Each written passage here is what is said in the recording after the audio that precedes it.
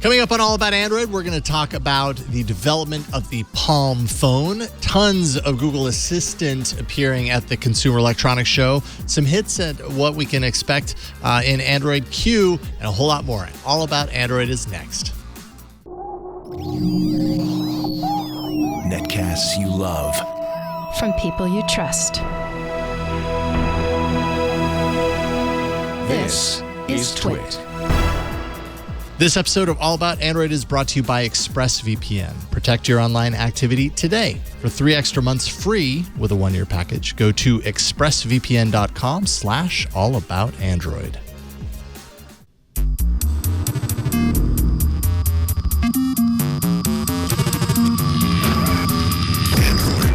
Hello and welcome to All About Android, episode number 402, recorded on Tuesday, January 8th, 2019. It's a new year. We are your weekly source for the latest news, hardware, and apps for the Android faithful. I'm Jason Howell. And I'm Ron Richards. And I'm Florence Ion. Florence Ion, back from the other side of the world. It's good to have you back. And with 2 inches less hair. How did that happen? Whoa. You know, you don't want to know. Dragon fight? Next week when I come with my hair down, we'll talk about it. Customs is hard to get through now, isn't it? I mean, we're going to need a little bit of that hair. I'm sorry. Government shut down. You have to do some weird things to get back in. But at least you got back. That's the point. I got back.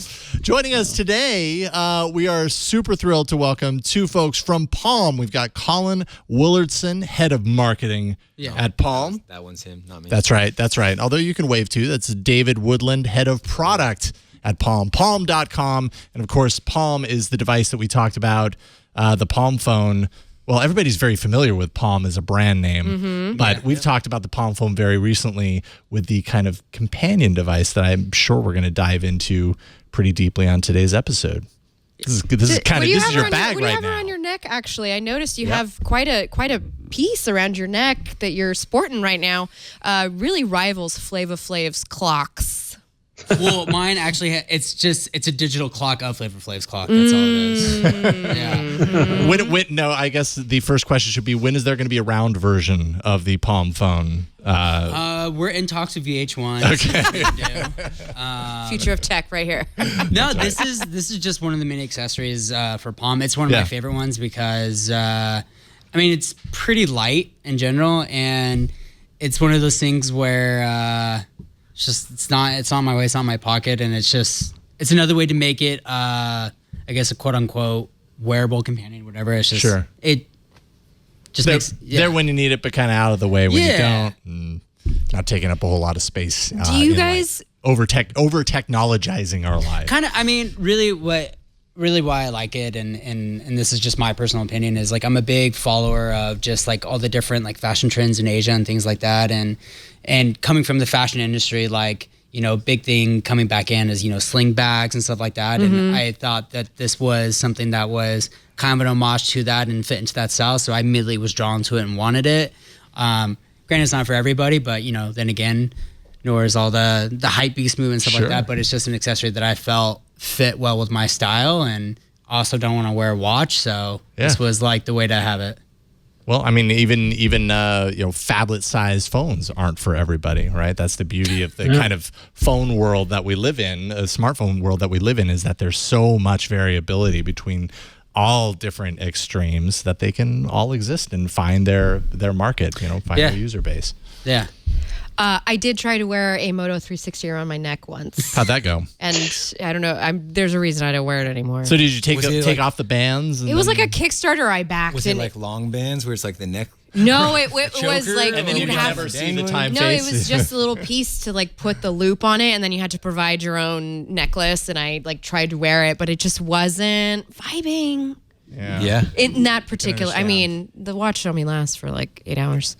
Yeah, it's actually interesting. Like a lot of people, they like talk about Palm as this like almost like a smart pocket watch. It's like a similar thing, similar way, and obviously when it's hanging, it's kind of like a smart watch that hangs from your neck. Yeah, right. Yeah, a wearable in a different sense. It's interesting, and granted, like, so speaking of like the Asia fashion trends and stuff like that, so there's this bag company called Dispatch. They design in San Francisco, but they sell a lot in Tokyo. And they actually made a really cool accessory that works for both the Apple Watch and the Palm. But essentially, it's it's like it's a carabiner that hooks onto their different bags. Oh, okay. Where like you literally have like the Palm like hanging off their different sling bags and stuff like that, and which I think is cool. Just Like a Tamagotchi. exactly like a Tamagotchi. Now I need to download the Tamagotchi app. I was more of a Digimon guy, to be honest. I was gonna say the Palm, the form factor of the Palm is perfect for the modern day Tamagotchi. By the way, like That's how it all started. Actually, it was just all like Tamagotchi fans. We were trying to figure out just ways really to play needed to bring it back. Yeah. How are we going to do 90s this? Palm, it The was late just made sense. 90s are coming in. They're Yeah, hip again. exactly. So Because back then you had your cell phone and then you Yeah. had your Tamagotchi. No, now. And, yeah. All right, so obviously we've got news that you guys are going to join us for the whole show. So we've got news a little bit later. So the Consumer Electronics Show is happening right now. So we're going to dive into some of the Android things going on there. Got some news outside of that, but we've kind of already started talking about the Palm phone, so we should just kind of continue along on that track. And I guess maybe take a step back a little bit first, because there are some people who maybe haven't seen over the past couple of months this idea of this smaller companion phone that is the Palm phone. And, you know, along with this device, like I feel like it's different enough that there's a vision around this, right? Like there's an idea for where this smaller device fits into a person's life. It's not necessarily as a replacement phone. It's just not to say that I would get rid of my Pixel.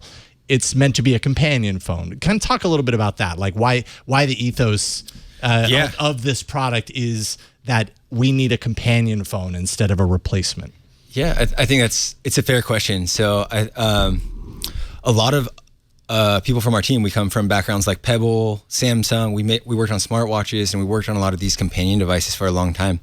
And you know, like we go on panels and we talk about this like future of mobility. We have these huge phones, and I think a lot of wearables is about how do we live outside of our screens? How do we interact with our tech, make it convenient and there without having to be checking our phones? And for a long time, it was like, you'd say the stat, you check your phone 120 times a day, 150 times a day, 180, 200, and it kept going up and up. And wearables was to address that. So we're triaging our notifications, we're replying to notifications, we're snoozing them.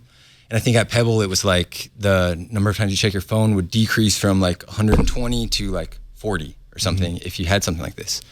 So with wearables, a lot of what we were doing was like iterating on the notifications and iterating on that as like the platform for mobility. And I guess as we were iterating, it's like you first like, all right, I don't need my banking apps. Okay, I don't need my Instagram likes or my Twitter mentions, or start turning them off. And as the years went on, I was refining my notifications down to the point where it's like, there's literally very, very, very few things in the world that are ever worth distracting me, right? Because I'm going to be there within 10 minutes. And so a lot of Palm's vision is on this ethos of living outside the screen, be in the moment, getting your life back, get outside of your tech, and it'll be there when you want it. But it doesn't always have to be as invasive, because like I think the world is trending on this direction of addiction that's not healthy for humanity as a whole. And Palm is a way for us to disconnect, be human, and just not have to worry about the noise as much. Yeah, I mean, TLDR, be connected, not consumed, right? And at the end of the day, we call it a companion and not necessarily, your new phone or anything like that, because at the end of the day, like your smartphone, I mean, is like, I cannot live without my smartphone. Like that's 100% fact. It's your like, computer now. It is. People might be resisting, but really living your life without that technology, so much is built around it. If I'm in traffic, I'm responding to emails, I'm hitting up Slack, I'm doing all that kind of stuff, right? And like we never set out to do anything to villainize that, because like that is the most, like the world runs on smartphones, right? We're coming out saying like, you know what, like every now and then it's okay to put your phone down, and when, let's say like you're out to dinner with somebody, it's okay to not have your smartphone in front of you and like have a conversation. But we also understand as humans, like there is FOMO when you do that, right? We're not disciplined enough to necessarily turn on Do Not Disturb at all times. So that's where something like a companion device comes in, to where you can leave your phone behind and feel connected, but you're not necessarily consumed by it. And the end of the day, we have this software feature called Life Mode, where essentially it's like Do Not Disturb is on automatically. So you have to physically enable yourself to be distracted. Otherwise, it's like we just go out and enjoy our dinner or whatever, and turn it on and off when we want. And then the other part of it, being a companion device, is literally the size and the form factor of it. It's when we go running, like, would you rather like have like this little skinny guy like put in your pocket that's 2 ounces, or like hold a big thing in your hand and run up and down like that? And like with this, it's like it's smaller. It still does everything your phone does or your watch does, like tracks your steps, your calories, whatever. But plus, you can stream your music. You can listen to podcasts, Sirius, or whatever. Track your hike. Exactly. Yeah. Go on Strava. And at the end of the day, it's what I always say. It's like with this, you capture the moment. Whereas sometimes when you're on your smartphone, your bigger phone, you talk about the moment. Like you take a picture and immediately you're like, I got to put it on Instagram and Twitter. Now suddenly you're 5 minutes. Exactly. And then all of a sudden you're like, oh, that ad, oh, that picture, oh, let me go on Candy Crush. Where this, it's like, we made it kind of voice first. So in reality, you take a picture and then it syncs up with Google Photos to your phone. So when you get back to your phone, you could just post it on your big phone and write about it later. Exactly. Use all your editing apps. Yeah. But it's at the end of the day, like all those different use cases, it comes down to just being connected but not consumed, but like having that there when you need it. If we're out, I can call Uber, but like I'm not playing games. You know what I mean? Like I can Venmo you or whatever. The necessities of the connected world, because it's become it's a privilege for a lot, but it's become a necessity for a lot too in that sense. Like I need to have my phone to be able to track my hike, or if I'm alone, I want to be able to call somebody in case, or I want to at least still be able to be tracked. And it's funny because it's like for a while I spent a long time being really disciplined about not, like someone asked me, hey, I need you to change that document. I'm like, great. When I get back to my desk, I'll update it for you. But now with Google Docs and Sheets on my phone and my OnePlus 6T large screen, I can edit a spreadsheet on my phone, and I find myself hating doing it because you the see the interface notification too, and it's hard to ignore it. It's just miserable. Granted, you look at my body and you're like, how do you get this body? And it's a steady diet of Diet Coke and gummy bears. And all right, Collin. Live your life. Live your life. So I don't use my Palm as a workout device, but for me in the mornings, I purposely do not have Slack on here. I do not have emails on here. Yeah. So in the mornings, I ride BART, and it's like I listen to my audiobooks or my podcasts, and it's like I put my iPhone in my bag, and it is my moment of freedom. It's your BART time. It's just like my moment to unwind. It's me time, and like I'm going into work not anxious because I'm not looking at what's on my schedule today, who I got. Right. I'm just like, oh, this is like right now I'm listening to Trevor Noah's book, and I'm like, oh, this is like I'm just going outside of my brain. You can listen to it. Yeah. You can't listen to it when you're also answering email. Well, so exactly. but what you're talking about there is a requirement of a social component around this too, right? Like if what you're talking about is now I want to change things, I want to change my life so that when I'm in these kind of transition periods, I'm not accessible to work, or I'm not accessible to being distracted. That's a great decision for me to make about myself. But how does that fit into a society that expects certain things? Do you think things are changing in that regard? Like, I know that there's an awareness right now around technology overuse, and addiction is a word that you hear a lot of times right now. So is there enough of a pushback now where people are starting to kind of understand, okay, I get it. You want to, use the Palm phone as one example so that you aren't 100% accessible, and that's okay. Is that okay right now? It's not.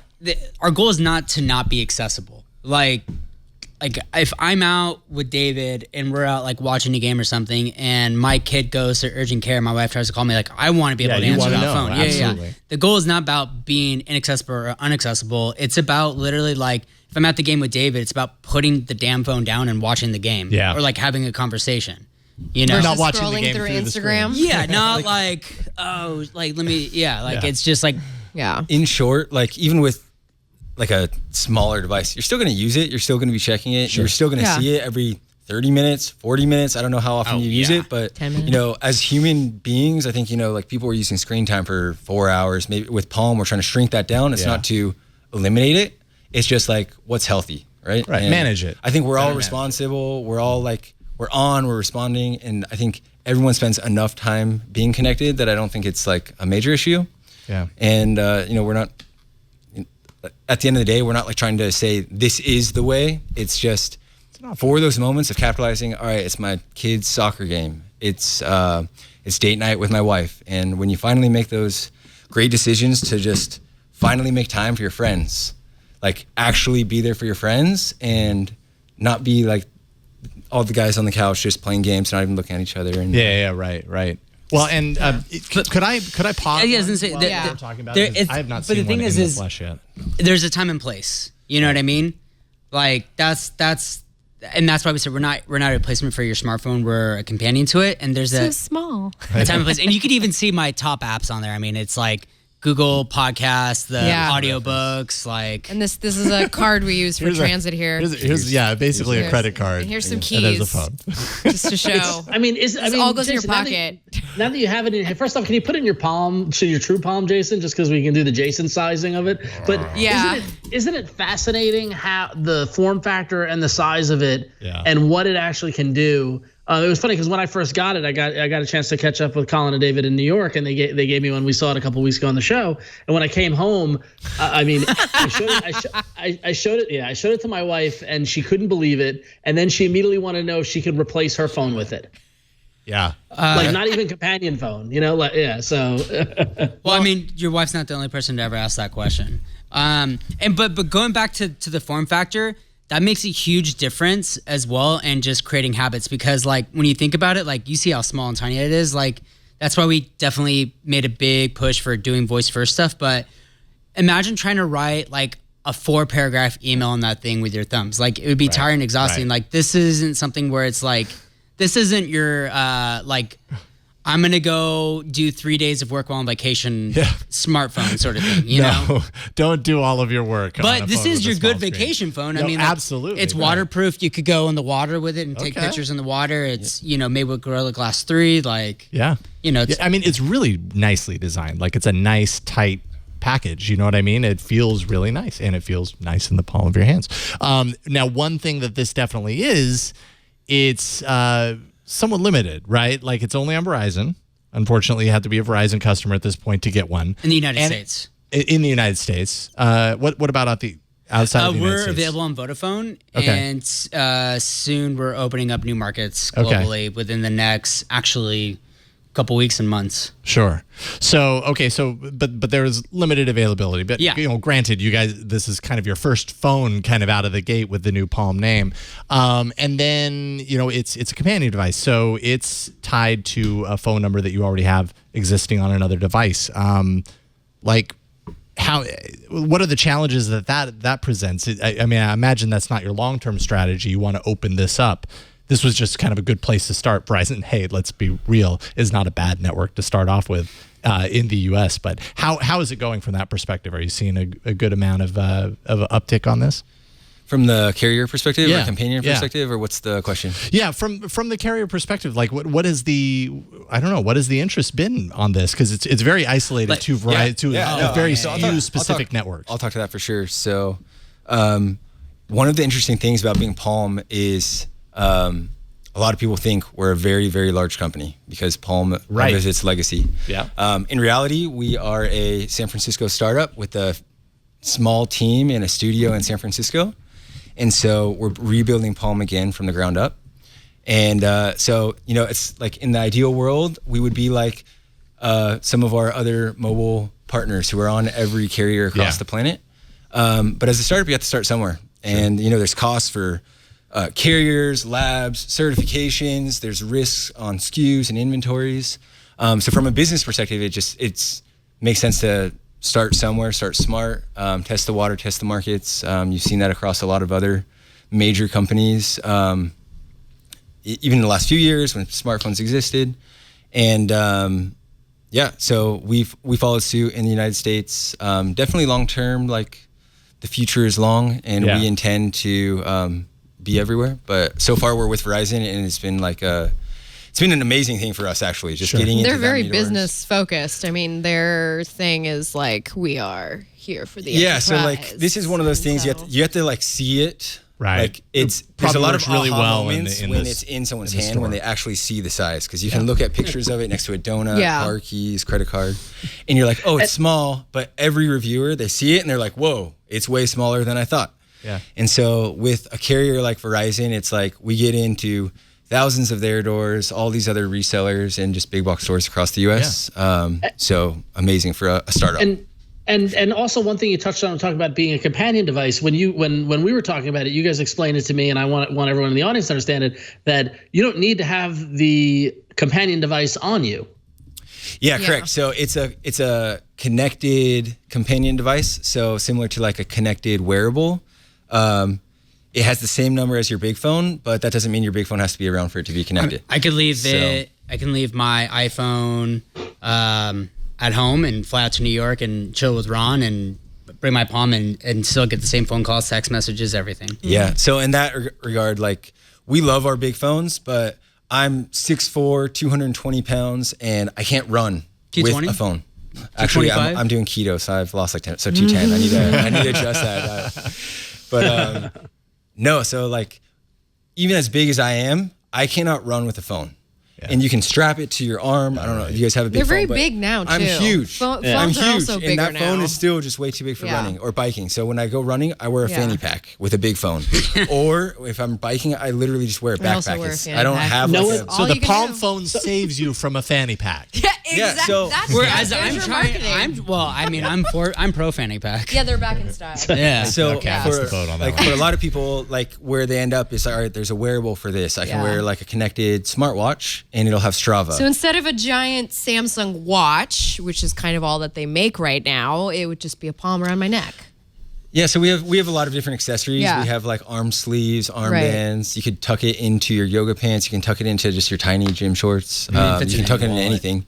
But the other thing that we're finding though is like, like I'm a big Strava user, and on Strava there's a big social component. Yeah. Pictures. You get to the summit. You want to take the selfie or take that pretty view, and you leave your picture your camera behind if you take a wearable.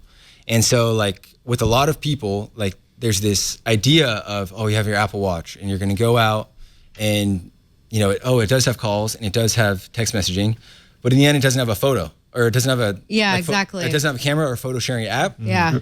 Or any of so even if it has text messaging, half your conversations are in Facebook Messenger or Instagram DMs or Snapchat or and you have Twitter to dictate DMs. them, which I don't want to dictate my conversations and I'm like sharing a trail with a bunch of people I don't know.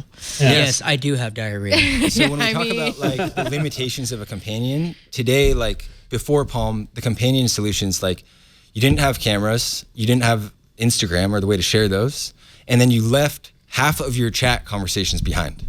And so with Palm, you have those. You don't have, like, it really is, you don't have that FOMO of like, what are all those group chats saying about this game I'm at right now?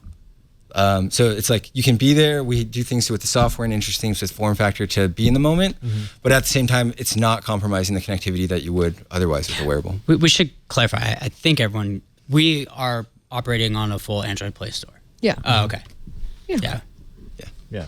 Certified. Yeah. So and that actually leads to a good question I have about Android and about how the Palm exists on the software side and the app side. So it's running Android. It can run any app, and despite my big fat fingers, you use the little mini keyboard and you can use all that stuff. When we saw the emergence of phablet phones or larger phones come out, there was a lot of discussion about how developers adapt the UI and the apps to accommodate for a larger screen, and then that became the norm. Have you guys had conversations with developers about doing Palm versions of apps or smaller versions of apps? Yeah. So what's interesting is like mobile was built, I think the first 4 generations of iPhone was 3.5 inches. And our device is 3.3 inches. So a lot of mobile apps were built with our screen size in mind. But just as mobile has evolved to bigger screens, it's just, there's the camera wars and the bezel wars. We basically went back to a proven form factor, proven screen size, but then just shrunk the bezels and everything around what already was 5 or 6 years ago. So a lot of the software was built for that. The other things that we've seen that's evolved is like, there's now long press on icons and shortcuts, and Android as a platform has their whole shortcut world that Palm also benefits from. So we have a quick action interface. We have the long press. There's obviously Google Assistant, which is also just a quick input into any of those as well. And yeah, so we sort of riff on that. There's also a thing that we use called the gesture pad. So similar to like graffiti with Palm back in the day, there's an easy way to just draw a letter to quickly search one of those actions and boom, jump right into your summer playlist for music or into that workout playlist. And really not have to go through those 5 steps through Spotify or whatever it is to navigate to your playlist, but just tap or two or swipe and you're there. So That's awesome. Now, I'm excuse me. I'm curious to know. So the companion phone is kind of like it is the crux of the business right now. But what about down the line? I mean, do you guys kind of see us going like backwards a little bit? Because the smartphone is now like the main component of your life. What about insisting like you don't need? What about the people who don't want all that? Who don't need all that? People who aren't. We're going back to flip phones. Yeah, no. I'm just thinking like kids, teenagers don't need like those, full phones. Maybe you just want to give the teen a phone so you know where the heck they are on the weekends. Right. Or maybe you're a person who is just like, I really don't need a smartphone or want that noise in my life. Is there an idea of maybe doing like could I use this standalone if I wanted to? you want to take this one? No, oh man. I can take this one. No, So- I'll take it. Okay. No, you take it. All right. So one thing that's interesting in the position of market. So we are actually sold as a standalone today in Europe. And we have more announcements coming soon in other markets. Interesting. Where we will But be absolutely, we believe in Palm as a product and a standalone product. And people are going to find ways to use it. And we don't really want to dictate that. So there is like the end of the spectrum of minimalism where people want calling and texting. Yeah. And then there's this end where people want to like walk around with an iPad in their pocket or something. And there's everything in between. And so I think with Palm, we're not saying there's one way. It's not just minimalism or it's not here. Like I think one of the benefits over maybe like a total minimalist phone is it's a little more versatile and it's a little more adaptable. And it can actually scale up into the use cases that a lot of people use in their smartphones today. And it's got the full Android store. Yeah, exactly. So there's this spectrum, and I think everyone's going to find this like spectrum of minimalism of where does this fit into my life? And it's sometimes for some people it's only for when they go running, and for some people it's like, all right, I'm going to give this to my kid when they go to soccer practice, or for some and everyone's going to find this like world, and it's at the end of the day like I don't know. I believe in a future with many connected devices with purpose and intent. I have screens and screens and screens in my house. Some for an assistant, some for a television, some for a laptop, some for the news. And I think like this is another screen for on the go that people will find a place. And to me, it's so when I'm walking around in sweatpants on the weekend, it can fall into that pocket and I don't have to worry about $1,000 thing falling out of my pocket or take it to the beach. And I think what you were asking earlier as well, David saying we're a standalone on like Vodafone in Europe and stuff like that. We are working and we will be available where you could choose between standalone and companion on Verizon shortly. Nice. Yeah. Which because some people we've heard the market where they're like, this is great. This is everything I've been wanting to do with my smartphone. Like, can you make it standalone? And you heard him? Yeah, so the feedback in Europe is positive. Kids' phone is a very interesting vertical, like you mentioned. Absolutely. People are starting to use mobiles at a younger and younger age. Which is scary for a lot of people to have that much screen that, You get 3 and 4 year olds who are fully versed but in how to use Android. Before high school, like for a lot of people, it's a lot of trepidation doing that. But people want to know where their kid is. Yeah. My 2-year-old is like, he knows about 15 words and 2 of those words are, hey, Google. Oh, and it's like, it's concerning because he just started in the last like 3 days, but it's like, Google. But he's also getting ahead of the curve. Right. Well, think about this. Your that's the 2-year-old world he was already born knows how to into. begin a search query. That's what the world he was born into as well. So I mean, it's interesting us having this conversation because I just keep thinking about like this is the world that we have now where the smartphone is it is the thing that people expect to get you on at a moment's notice, and it's very frustrating sometimes. Like I hate when I'm trying to have alone time. Like I'm just trying to go on my lovely nature walk and I open my phone to shuffle a song and I see all my Google Doc comments from an editor and I'm like, there goes my anxiety. Like now I have to talk myself down. Like I don't have to do it right now. You go like, your walk. it's okay. You go into settings and you turn on that do not disturb mode, and you're in bliss. But the thing is I forgot about for that. the most part, as I say, like most people aren't disciplined to really do that. Yeah. I completely, Yeah, I Sure. actually Most forgot people, to do that. a lot of people just don't even know what Yeah. that feature is. Look, If even I they don't aren't get it. disciplined. You're right. If humans were like smart, intelligent, and rational, we would be like perfect SAT scores. We'd be skinny. We would be fit, and like every single human would be accomplishing many, many, many great things a day, and we wouldn't be using our phones for 5 hours a day. Yeah. But is we're not 5 smart hours, and we're yeah. not rational. And the metaphor that I like to put Guys, is, we might. in Europe they have smaller plates Yeah. and they're skinnier, because in the U.S. we have bigger plates and we're just not disciplined to put less food on the plate. And so there's this, it's a hardware change in the kitchen that actually changes our actions and behavior.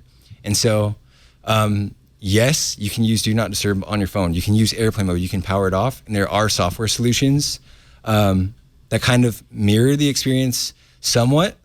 But Palm is actually the greatest feature of Palm is you're walking out the door and you think, I'm leaving my big phone behind, and this is a moment to live in the moment. And just that physical decision right there, walking out the door, is this powerful, life-changing thing. And it's like, it's $10 a month. So, you get hours and hours and hours back on your weekends. Which is the cost, by the way, of a smartwatch on the Verizon network. Yeah, exactly. The extra device. Basically an extra It's the extra device, device fee, basically. onto your account. Yeah. And so for us, like some people, they buy gym passes, they buy this. And this is Right. like it's a $10 a month investment in your sanity. And you get personal time back and you get a lot of good things back. Takes a little bit of reprogramming on the user side for someone to kind of get in the habit to learn how Yeah. to do that. But and possibly a hidden benefit of paying $10 a month for this is that incentivizes you to learn how to live your life like that. So And I think a lot of the times where we get where there's feedback is when you if you review this as a phone, you're probably going to be disappointed because it is a little bit smaller and the battery life is it's smaller than the big phone. And if you expect the vision and goal of Palm is to change your mobile behavior. So if you keep the same bad habits and try to do the same things and you try to make this a full-fledged, all-time, full-on phone, it's a different experience. And it wasn't designed for that. It really was this vision of scaling back what we're already. Yeah, and the nice thing is it's not just about Palm, but just about in general. It's just we don't need to we're not telling you, we're not trying to villainize iPhones. We're not trying to villainize screens or anything like that. We're just trying to give anybody and everybody a tool. And there's a lot of great companies and programs like Thrive, for example, like a lot of great people that are out there doing that, kind of going on the same mission of listen, just if you're at a game, you can watch the game. You know what I mean? It's have okay options. to, yeah. It's just we're giving you tools to do stuff with. You know what I mean? It's that's kind of where it's at. Yeah. Because I mean, it's funny and ironic, but when we think about it, here we are making Palm, helping stuff, but then it's I go to the office all day and I'm staring at a computer, right? And but that's I'm there to work. I'm in my office to work, and I'm there to work. And then when I'm at home, I shouldn't be working. I should be with my family. I should be with my kids. I should be doing something for myself or whatever. And having a tool to help me remind that or to enable me to do that is super helpful. Yeah. Right on. So palm.com, if people want to find out more, palm.com, and we'll take you to the site and check it out. Yeah, It's an it makes easy a whole link. lot of sense. And we're going to look forward to kind of seeing what other products come out down the line. It's a great start. And I'm really happy to see it in person. I haven't had the chance to kind of pod it before, so yes, put it, actually place it in my palm. I wish I had a teenager to give this to. This is all you're getting. The next iteration. Yes. Yeah. Right. Anyway. We've got a whole bunch of news from CES to talk about. But before we do that, let's thank the sponsor of this episode, and then we'll jump into CES news. This episode of All About Android is brought to you by Expressvpn. You've heard all about these news stories that keep happening, security breaches. It's kind of difficult to hear these stories and not worry about what's happening with your data in all of these different places. So you can make you can make a choice to practice better security on your part. When you're making online purchases, when you're accessing your email, there are a number of different ways that you can actually put your private information at risk. So take the power into your own hands so that you aren't tracked by your online usage of social media sites or marketing companies, or maybe even your mobile or your internet provider. All those places, they can record your browsing history. They can sell it to other corporations. Often they do, who would want to profit from your information. So take back your privacy. All you have to do is use Expressvpn. It has easy to use apps that run seamlessly in the background. Of course, multi-platform, so you can use it on your computer, on your phone, your tablet. It turns on with only a single click. You just load up the app, tap the button, and boom, the VPN is running. It secures and anonymizes your internet browsing by encrypting your data. It hides your public IP address and allows you to safely surf on public Wi-Fi, which is a great reason to get it just right there. If you go to the coffee shop, jump onto the VPN. That way you're not being snooped on or having your personal data stolen. ExpressVPN is rated the #1 VPN service by TechRadar. Comes with a 30-day money-back guarantee. Costs less than $7 a month. If you don't want to hand over your online history to your internet provider or data resellers, ExpressVPN is the answer. Protect your online activity today and find out how you can get 3 extra months free with a 1-year package. Go to expressvpn.com/allaboutandroid. That's expressvpn.com/allaboutandroid. Do that, and you'll get 3 extra months free with a 1-year package. expressvpn.com/allaboutandroid to learn more, and we thank ExpressVPN for their support of this show. Okay, Victor, we will not deprive you of your opportunity to take us into the news. First of the year. First of the year, no pressure. Here's all the CES news so far that you can fit in a fanny pack. Nice. Yeah. Nice. You did it. Android news. You Good made job. it. Crossed the finish line. Well done. Well, like Victor said, it is what some folks who follow tech consider to be the most wonderful time of the year. And for those of us who actually cover tech, it's one of the roughest times of the year. It's nothing wakes you up from the holiday hangover better than CES as the world descends on Las Vegas. And for those of us who've been there, we're probably all happy that we're not, right? Because it's exhausting. But if you're curious about what kind of role Android or Google would play at CES, it probably would be safe to say to predict that Google Assistant taking the spotlight at CES now. Coming out of CES, Google announced new Assistant features that happen to be perfectly timed to CES. Google Assistant now has a travel feature which includes flight check-in for U.S. domestic flights to begin with. And it ties into confirmation emails. So if you get a confirmation email on a flight, you can say, "Hey G, check into my flight," or "Show me my boarding pass," and it will. That's seamless, kind of frictionless integration. Very cool. You can do hotel booking through various partners. So you can say, "Hey G, book the Cambria Hotel in New York on January 12th," and it will book the hotel, which is horrifying because I like to pick my bed and like all that kind of stuff. I'm curious how this works, but don't worry, Google got you. It's going to be a good room. Don't worry. It's going to be fine. Yeah. And there's also, I was recently listening to a podcast talking about traveling and being, abroad and not knowing the language. And now Google Assistant can switch into interpreter mode where you can say, "Hey, G, be my French interpreter," and will translate in real time via spoken word or written translation on a smart display. Oui, oui. That's crazy. So wait a minute, are we doing this in our kitchen? Like with Assistant running? Why in the home hub? That's really weird. That's strange. Yeah. Why are we translating in our home? I'm going to bring my home hub to France with the power pack. Grandmothers. But that's not true. Yeah, true. Good point. But that's not it. There's also new lock screen assistant functions rolling out. These were first announced at the hardware event back in October, but reiterating that these opt in and then control certain aspects of Assistant without unlocking the screen. And then finally, they announced the new Connect platform for third parties to bring Assistant to their low power devices by tethering to a smart display for the heavy lifting. So Google expanding Assistant pretty strongly in advance of CES, because you got to imagine there's a lot of devices that are Assistant enabled now at CES. Yes, yeah. Google had such a huge presence at CES this year, just like last year, that they actually, Ron, I think you're going to get a kick out of this.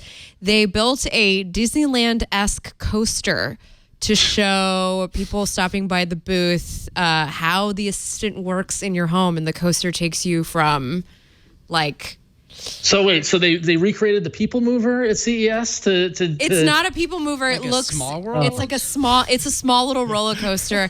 Sorry, there's a 30-second. Yeah, Jason's loading up a link right now. There's just it's loading. I gotta see this. And so we'll send that in just a second. Yeah, no, it's in chat, Victor. If you want to grab that, the link is in the chat. So a Disney coaster. I don't know I don't know if I'd be pumped on that ride. So maybe I sent the wrong link. No, sorry. No, you did. It has like a 30-second ad, so it's hard to get through. Yeah. It is totally. It's a small world. Yeah, it's like it's a small assistant. world. And they had a song that was specially made for it. So That's fantastic. Yeah. No, we're not hearing it because it's the CNET interview. But yeah. Okay, interesting. A roller coaster. I mean, I guess that's Google flexing its. Okay, sorry, we're not money muscle. It on muscle. screen, but if anybody's interested and like to follow along, you can honestly just Google CES 2018 roller coaster, and you'll find it. Ridiculousness. I hate to be that guy, but wasn't there a Simpsons episode where they went to a theme park? Yeah, and Duffland. Not Duffland. That was my first thought, where they went on that ride and it was terrible for everyone. But no, isn't there a one where like they go, here's a look into the future, and they go on and like yes. Okay, you know what I'm talking about. And then the president's face is melted off. Yes. Okay. Yeah. So we're on the same page. Yeah. All right. This is amazing. It was by the way. foretold. Simpsons foretold everything. Basically, that's just how the world. So works. yeah. Whoever came up with this idea at Google, I hope Sundar gives a raise. I thought it was incredibly creative. I was like, okay, this is super creative. Not to mention that, it's very Disney-esque. That is pretty cool. Like, I could All right, see it. Hang on now. So I would just like to make a couple of points of distinction here. That Yes. This is not like It's a Small World, because It's a Small World is the classic Disney boat ride. Yes, right? true. Like, This is more like It's a Small World, Pirates This of is the like Caribbean. the Hershey's chocolate tour ride. No, this is more like a dark ride, like Haunted Mansion. Yes. Or along those where you're on an omni Alice in mover. Wonderland. No, Ron, it's like that Little ride Mermaid. at Coney Island next to the Cyclone. That haunted one. Yeah. Yeah. Just to be clear, there's no water involved. There's no boats here. If this is like the Haunted Mansion, then it's going to break down about 2/3 of the way through, and I'm going to be horribly disappointed because that's what happened to me. I'm waiting Here's the for reason- Eddie Murphy to make a movie of it.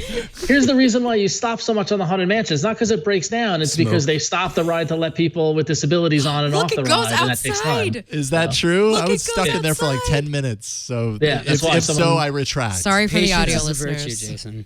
Sorry for the audio listeners. Oh, look, palm trees. Weird. It goes outside like the Alice in Wonderland ride, which goes outside on Disneyland. You see above. And see, this is. I'm telling you, this is really creative marketing. It's pretty impressive. No, that's 100 emoji, 100.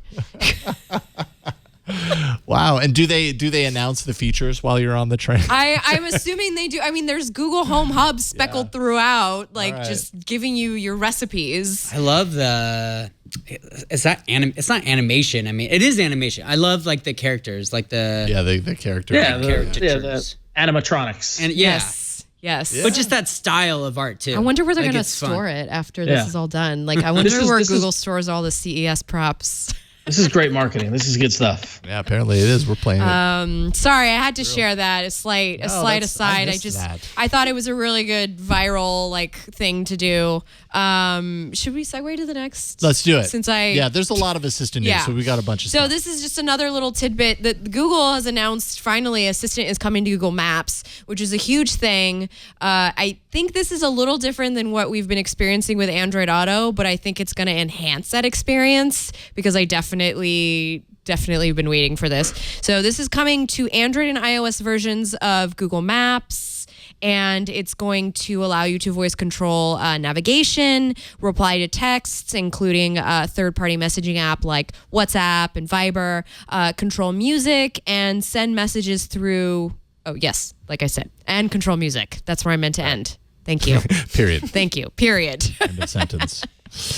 I mean, this is one of those things that I'm kind of amazed that Assistant didn't get brought to. Well, they Maps announced it sooner. at Google Why did it I/O. take so long? Yeah, I've think I've been using that for a while now, so I don't know if they just there's- decided to put another cycle on that. But you can there's voice definitely. entry in there, or there's voice. It's a little different. This is queuing. the assistant is being put in maps. Because like you could go to like, okay, take me to Yeah. David's house. So We're gonna have to bleep that out, by the way, because we just made okay. everybody's Google Homes. That's okay. It happens. Okay. I don't mind. I'll say it. Stop. Now you're just. I'm so now you're sorry just to trolling. everyone. No, it's so funny is that I said that and my phone lit up, by the Well, way. no, my Oh, and my Google Home is acting up did now. too. See, I got burned. I got my own petard. help me understand the difference though. So now when you're in maps, when you're in maps, apparently You can go, I'm okay, assuming G. This means that you can on a voice level, voice control, I think- without yeah. hitting the button. Like Yeah. right now, when I'm in maps, if I want to do some sort of a command, I have to either hit so the it could be like, microphone. what we're going somewhere, like, okay, G, take me to the nearest. something, yeah, something, yeah, Dunkin' okay, Donuts or alright. whatever. I think sometimes like music, like it would And launch control. into Spotify. So now Right. it probably stays From in the maps. Yeah, stays Yeah, in maps. and that would actually be really but, nice because like, then it that doesn't actually- pull you out of yeah. that experience when you're driving. Yeah, makes that would be sense. Or great. make you touch the screen to get back to the maps. Yeah. Yeah. Cool. All iPhone right. users, you won't be able to use the third-party apps with it. It's just Sorry. kind of oh, really? Well, they don't allow. I'm assuming they don't allow that kind of. Oh, Because kind of remember, interconnected- like, on yes, Android, that's you can, absolutely like- true. Honestly, who it's uses coming- Apple Maps anyways? My dad. Aw. Oh, jeez. So whenever on, I Flo. send him a location thing, he's like, "I can't see you." It's like it's a different app. Anyway, Oh, Dad. Also, more automotive stuff. Actually, there was quite a few kind of auto-related things. Mention this, and then I would like to add something. Sorry. Okay. There were not one but two assistant in-car plug-in thingies, and I'm sure there were more, but there were two that I saw. Anker's new Rove Bolt is something that you plug into your lighter to connect to the system via Bluetooth. So your phone basically routes to this via Bluetooth and then into your entertainment system, and it acts as a microphone and kind of hub for assistant within your car.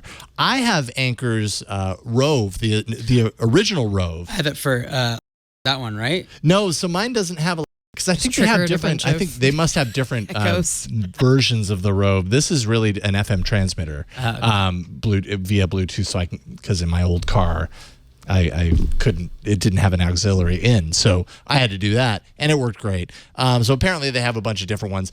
It sounds like you have one for. This brings Assistant in, and apparently it has a couple of mics, dual noise canceling onboard mics to reduce the noise of the road, so that your commands come through loud and clear. And then it has the like Assistant 4-color dots on top, so that when it's listening to a command or executing a command, it kind of does a little animation or whatever. $49.95 for that. And yeah, it looks kind of nice if you got space in your dash. And then JBL has their version of this, which is more expensive. It's $60. So $50 for the Anker one, $60 for the JBL. That one only includes a single USB port. The Anker one has 2 USB ports. It has a single noise canceling microphone, but also has the 4-color dot animation thing. So if this is what you need in your life, I'm gonna there buy you it. go. I'm gonna buy it. I'm gonna buy one. Worth That's what I wanted to $50 say. or worth $60? Well, I wanted to say that I noticed as I was going through all the seat, because I've been like trying to read everything that's going on. I noticed that there's a lot of like these little car things that are being announced, and it's like, well, we put the assistant in your home, so now it's time to put it in your car, which What's is very, next? it's very interesting. I'm curious to see what the manifestation is going to be like, because I do use the assistant through Android Auto, but it is so limited at this point in time, and so I'm hoping that this will maybe make it so that I am not actually looking at my phone, because in California especially, you're not supposed to touch the phone at all. Like you could technically get if a cop really wanted to, they could give you a ticket for that.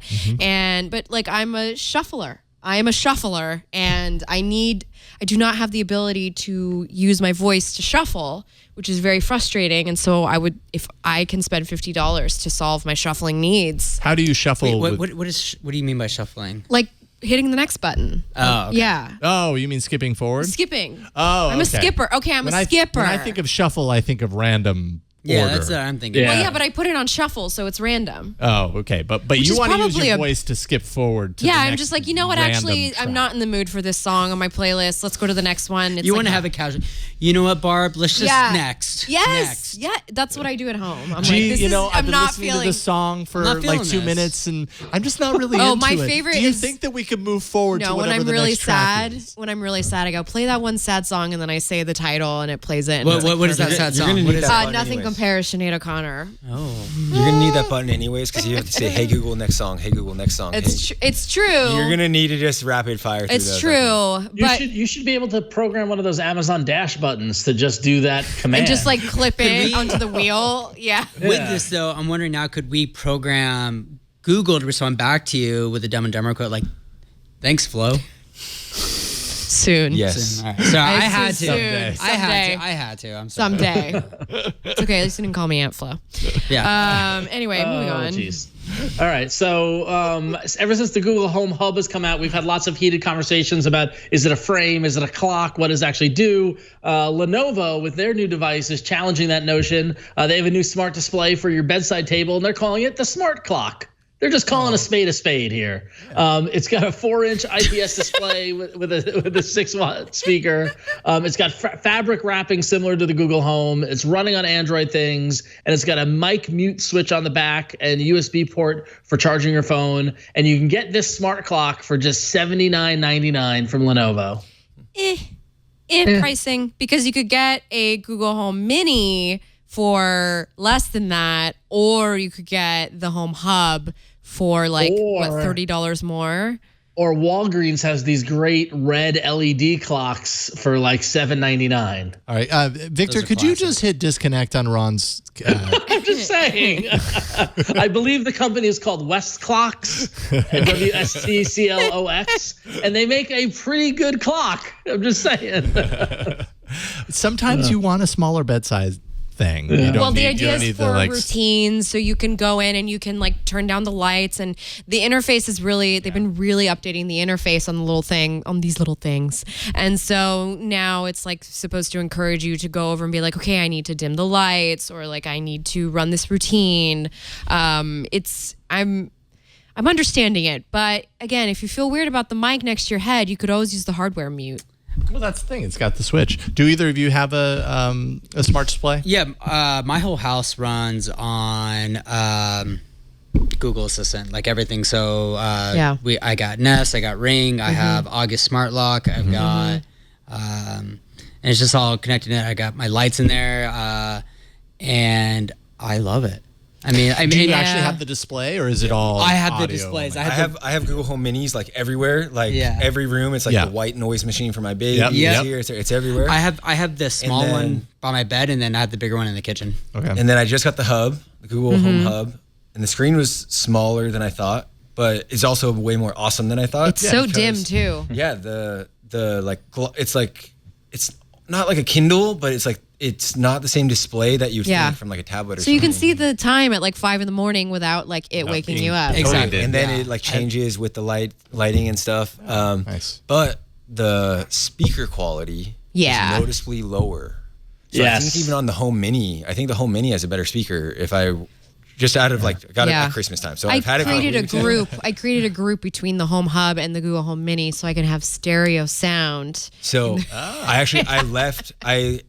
have the Home Hub, but I actually have a Google Home in the kitchen still because I used it so much for music. Yeah. And it was sounds just better. You got It them sounds both in better. there. exactly. It got in my but you head should that literally like do I that. needed a better You should- speaker, and so it stayed there.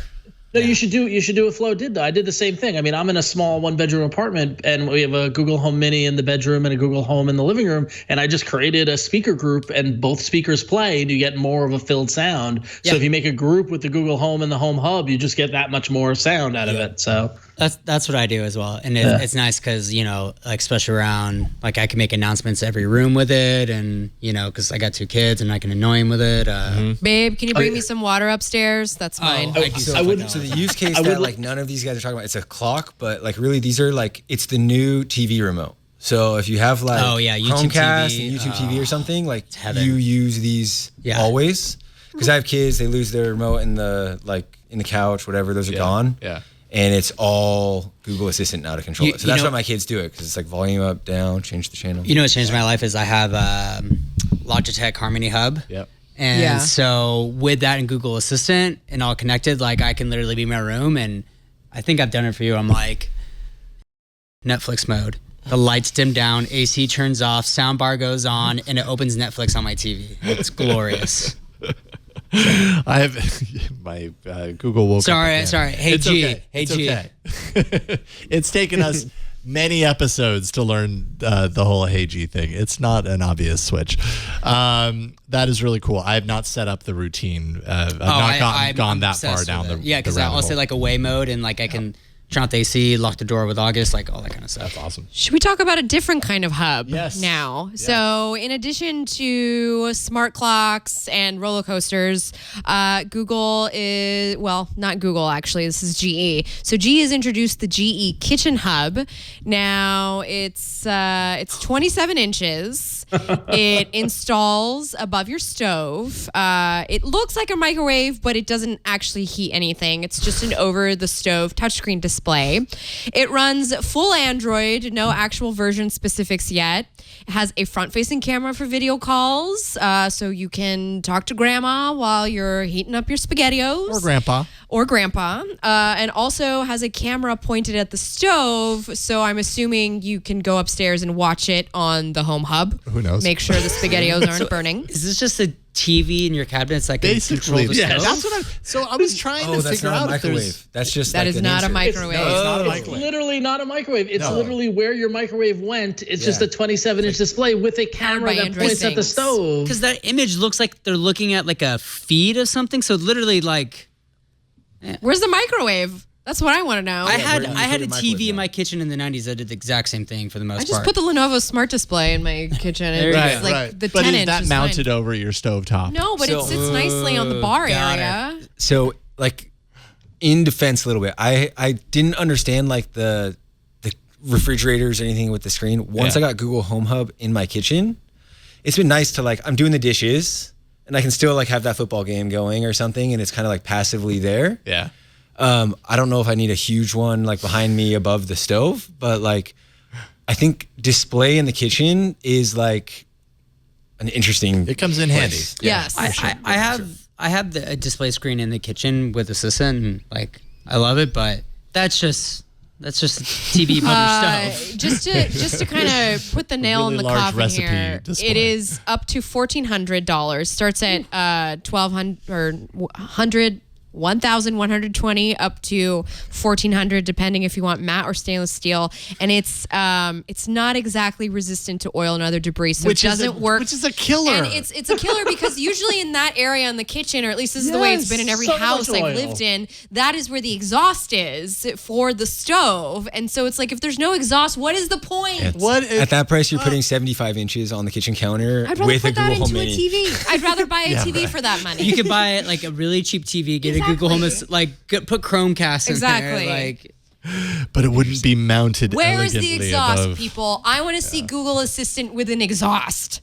Yes. Give me an exhaust. Give me an exhaust. Do we ask for too much? Okay, We 'cause ask for an exhaust. Air and steam and food smells still exist. Okay, I'm shifting gears entirely. Yes, let's this do is it. the only thing that doesn't fit into this whole path that we've laid before us. But I felt like I needed to find one more thing. Nubia announced its new gaming-focused phone, the Red Magic Mars, which for whatever reason I really like that name for a is a phone. You cool just name. don't hear many phones good. called something like a Magic Mars. It's long. I like it. The first version of this phone apparently sold via Indiegogo last year. This is the new version that's going to hit North America and Europe at the end of this month, $399. We're seeing a lot more of these gaming-focused devices. So usually what you get are a large amount of RAM. In this case, starts at 6 gigs of RAM, 64 gigs of storage, can go up to 8 gigs of RAM, 128 gigs of storage. 3 color options, including a camouflage design, if that's your thing. Snapdragon 845, 3800 milliamp hour battery, 16 megapixel camera, 8 megapixel front-facing camera. 2 capacitive trigger keys on the shoulders of the phone. So that's apparently part of what makes this a gaming phone. You can make those capacitive trigger keys, control parts of your game. RGB panel on the back. So we're so used to seeing like gaming PCs have these like lit up kind of splashy colors throughout. This is kind of bringing that to the back of the device. It's an aesthetic. It's an aesthetic. And then they also have a Bluetooth accessory called the Game Handle that basically turns the phone into kind of a like Nintendo Switch sort of controller around the device. So $400. $400. Is not I mean, bad compared price-wise, not too to bad. a Razr 2 phone. Yeah. Razr phone 2. Yeah. Whatever. I mean, gaming is a thing people are still into, and it's becoming a huge thing on the Android platform. It's becoming bigger. From what I understand, in China, the gaming phone thing is really big. Like in China, there is a lot of gaming happening on smartphones, and so that's a niche that is being tailored to more and more there. Because we talk about how the phone is now like one of the few, I mean, for some people, it might be their only internet-connected device that they have on them. Why not game on it? Sure. Yeah, totally. But yeah, so that's the Nubia Red Magic Mars. I love it. I love the name. I like it. I like this phone. I think it's interesting. I like that. This is the kind of thing I want to see at CES. New takes on things or new ways to that don't repackage cost it. as much as everything else. Yeah, $399 is a great price point. That's awesome. It's everything that's great about Android is like there's just these niche things. Yeah. Like some people want a little better speaker. Some people want just like a little more memory or whatever. There's diversity. Or 8,000 milliamps. That's awesome. Or a 27-inch monitor in your kitchen that's not resistant to oil above your stove. Cool, GE. Good thinking. Good way to iterate. Oh, I love that. All right, we got an email from one of my favorite people. One of our favorite members of the audience, Lori Helms, wrote in, and she goes, as you know, I've been a loyal fan from early beta. That said, episode 400 was the greatest episode ever. I smiled the whole time. So excited to see Chad and Brian. Also Gina. I was sad to see Eileen was sick. On to 500 more episodes, of course. And of course, I love Jason and Ron and Flo. Oh, thank you. Lori's the best. She's one of our most loyal members of the audience. She says, P.S. Got the Pixel Buds because of Ron. I have funny ears, and until he mentioned they stayed in his ears, I didn't buy them. Love them better than my other Bluetooth headphones. I'm glad I helped you, Lori. Good job there. So, yay, Lori, and your Pixel Buds. I use my Pixel Buds today. They're fantastic. Yeah. So, I have, I got the, well, I guess they're the Pixel Buds design, but they're the wired ones that ship. The ones that come in the box. Pixel 3, and I've used them a handful of times. I can't get used to it. They just feel weird in my ears. For whatever reason. I've tried the Google Pixel Buds. I think I just have weird ears.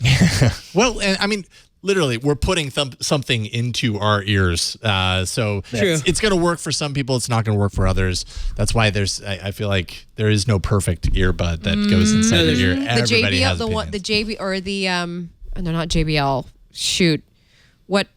One of the brands that Samsung owns that come with the Galaxy. Harman Kardon. Harman. No, it's not Harman Kardon. It's because Harman owns they're JBL. AKG buds. AKG. You're right. AKG. Yeah. So many. They own so many of them. Those fit well really well, and I like hoard those. them now. Like anytime I find them, I'm like, I need these in case the next one breaks. They're a good shipped in And the they work box with the assistant phone. if you have the dongle, so you can like long press and like talk, or you can do. It's got the rubber that fits nicely into the ear. They're comfortable.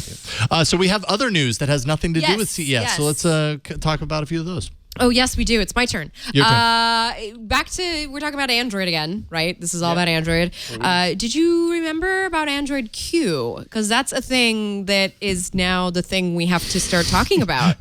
I know. I was thinking about this today.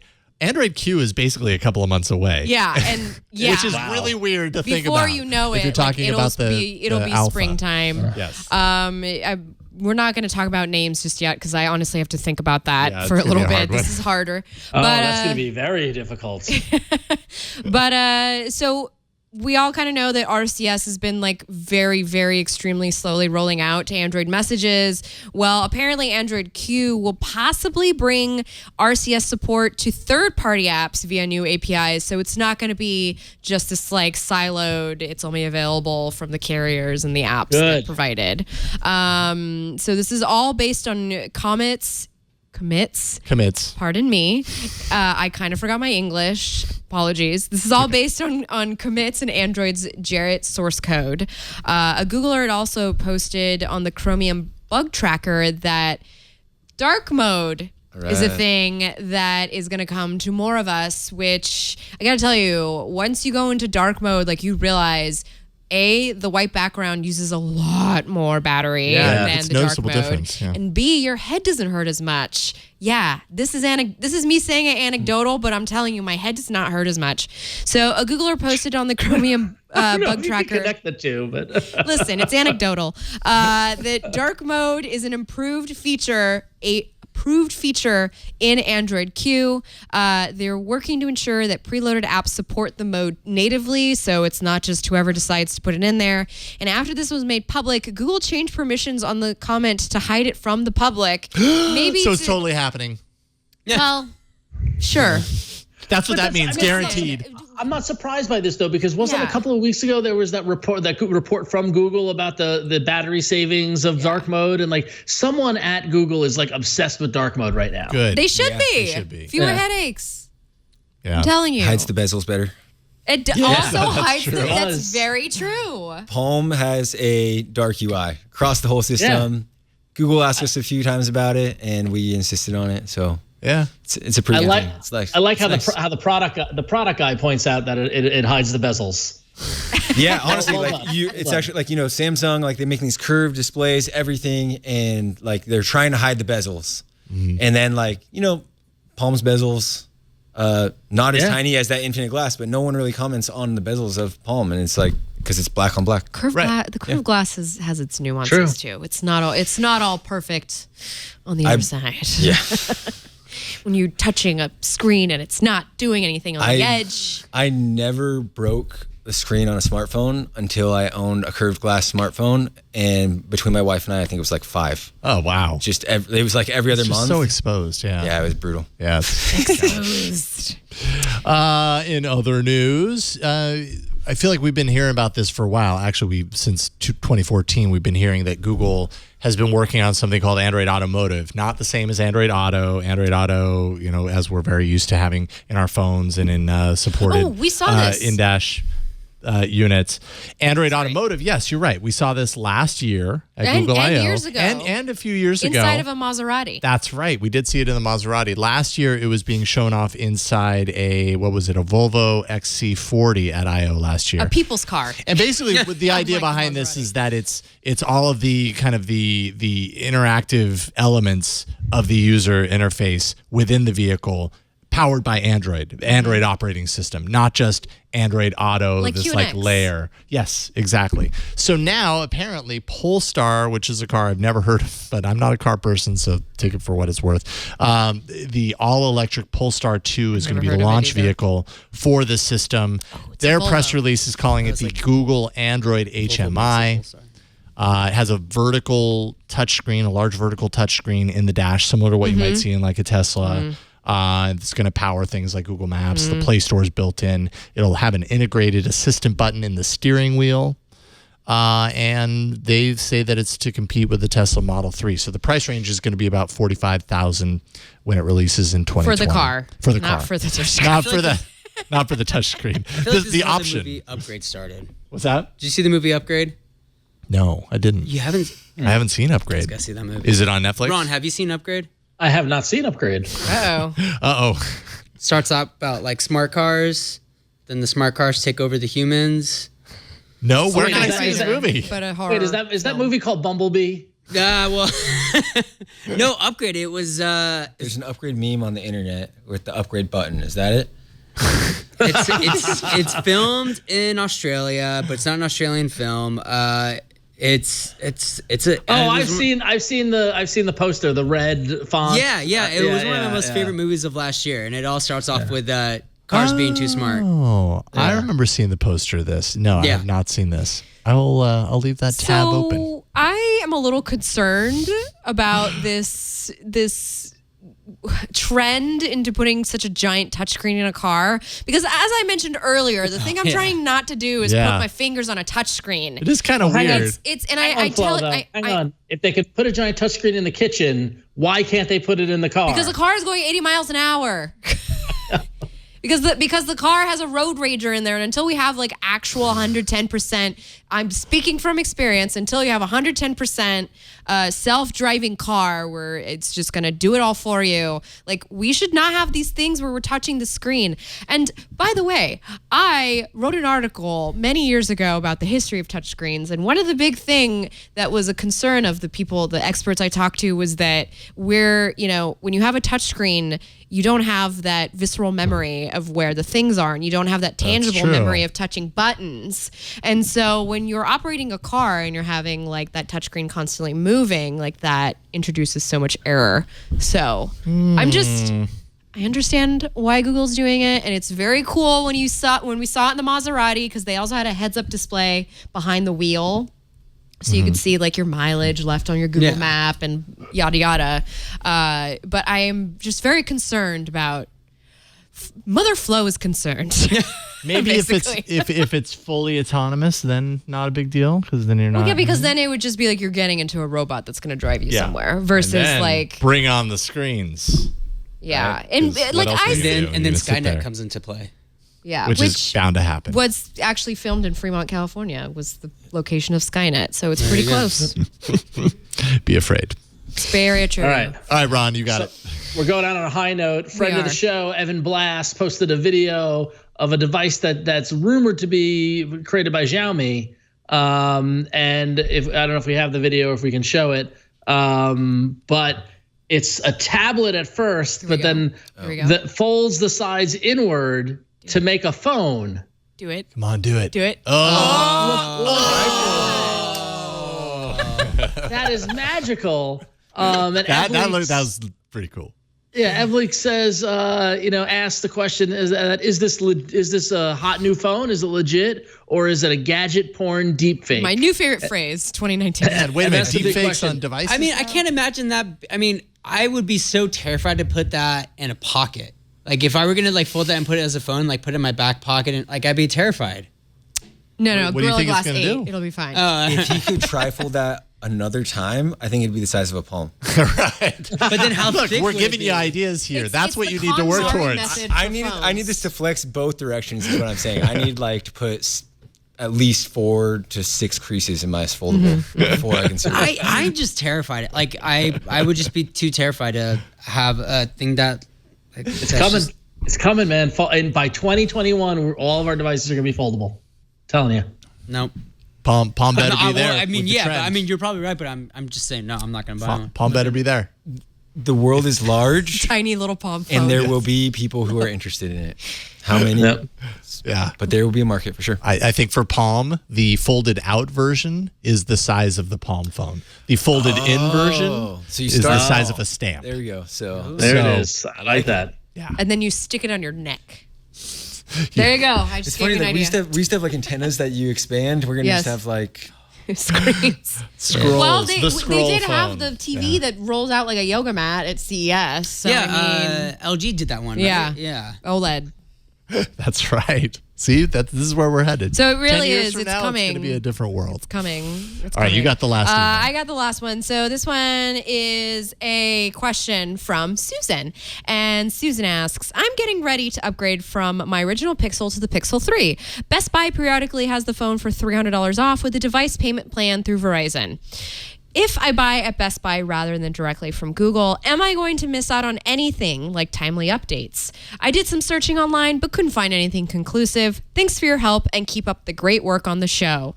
Thank you, Susan, for that last part. So because you're looking at the Pixel, the good news is as long as you're buying it, it's going to be fine. If it's a Pixel, if it's a you're Pixel, good. it's good. The updates are coming from Google. They're going to be delivered to you OS side. The problem is when you go to another phone like a Samsung device or an LG device on a carrier and they're very vehement about having their stuff on there because that's when the updates start to slow down. So if you're a Pixel, you're fine. And I would say chase that discount because the Pixel 3s, they cost a lot of money. Yeah, if you can get a discount, Yeah. do it. And see if you can trade in your Pixel too. They had some good discounts on the Pixel 3 on Black Friday. I know. I felt like a chum. Because I dropped all the cash on opening weekend. Like, And you missed out on the $1,000 of travel vouchers, which would have been awesome. That's an awesome bonus for buying a phone. Yeah. $1,000. And I bought a travel Pixel vouchers. stand, which we'll talk about why I'm not happy about that later. But I wanted to buy. I thought those things looked cool. No? It's not charging my phone. It's not charging at all, and I have begun my investigation. It's literally not doing the thing it was designed Yeah, to do. I- the I've- one thing. Is it your phone though, or is it the like? Is your phone? I don't working know. on- That's what I'm trying to troubleshoot right now, and so I'm It sounds like I it's the- finally it have sounds time like to it's- devote to like looking It at sounds it. like it sounds like it's defective, Flo. I think it might be the phone, but again, Really? I'll when I have more concrete details, I will come back to the table. These are pretty strong accusations. I know, which is why I want to scale back until I have an article published, with actual facts. Save it for the article. Yeah, Save it for the article. save it for the article. All right, should we Also do very this? Very first arena of the year begins now. Here we go. So many enter, but only one lives. Android Arena. But we always begin by checking in on the previous episode's Previous poll. year's poll. Previous year, and actually not even previous episode, because 401 was a best of. So episode 400 was a very different poll. It was what a wonderful episode that it was. But we allowed nothing but Google apps in to see what everybody would vote for.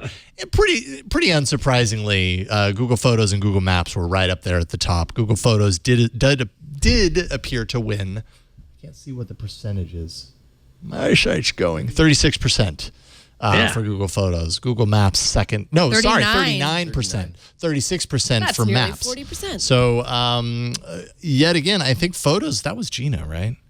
Yeah. Yeah. Gina nailed it. So guests win As per once again, usual. sealing. Of course. She's the captain of Team GG&G. Yeah. That's true. So there you go. I love the votes for Google Files. Where is That was my pick. Google Files. I would. I We need use to it talk on my about that Chromebook sometime. as well. That's why. So it's like It is it's a great invaluable. app. Yeah, it is a great app.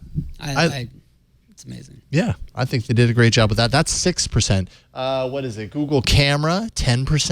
Kind of surprised on that, but I guess it's not up against everybody so much has competition. it, and not everybody has it on their phones. Yeah, that's true. Google News, 6%. Files by Google, 6%, and Google Trips, 3%. I haven't used Google Trips. Trips isn't one that I've used extensively. I have gone on a trip alternative with to it, and it TripIt. has come in useful. It just aggregates all the stuff in your email so that it's just there when you need it. But as far as like suggestions go, I'm definitely have other. Yes. Yes. So I don't know how to order this though. Let's just roll with it. Roll with it. roll The with order it. you have there, let's go with that. All right, let's go with that. Although Ron, I didn't install your app, so I'm going to do that right now. Oh, I man. apologize. So why don't we start with Flo then? Okay, yes. Start with Flo. Okay. Flo, you go first. Hopefully, I don't show anything weird.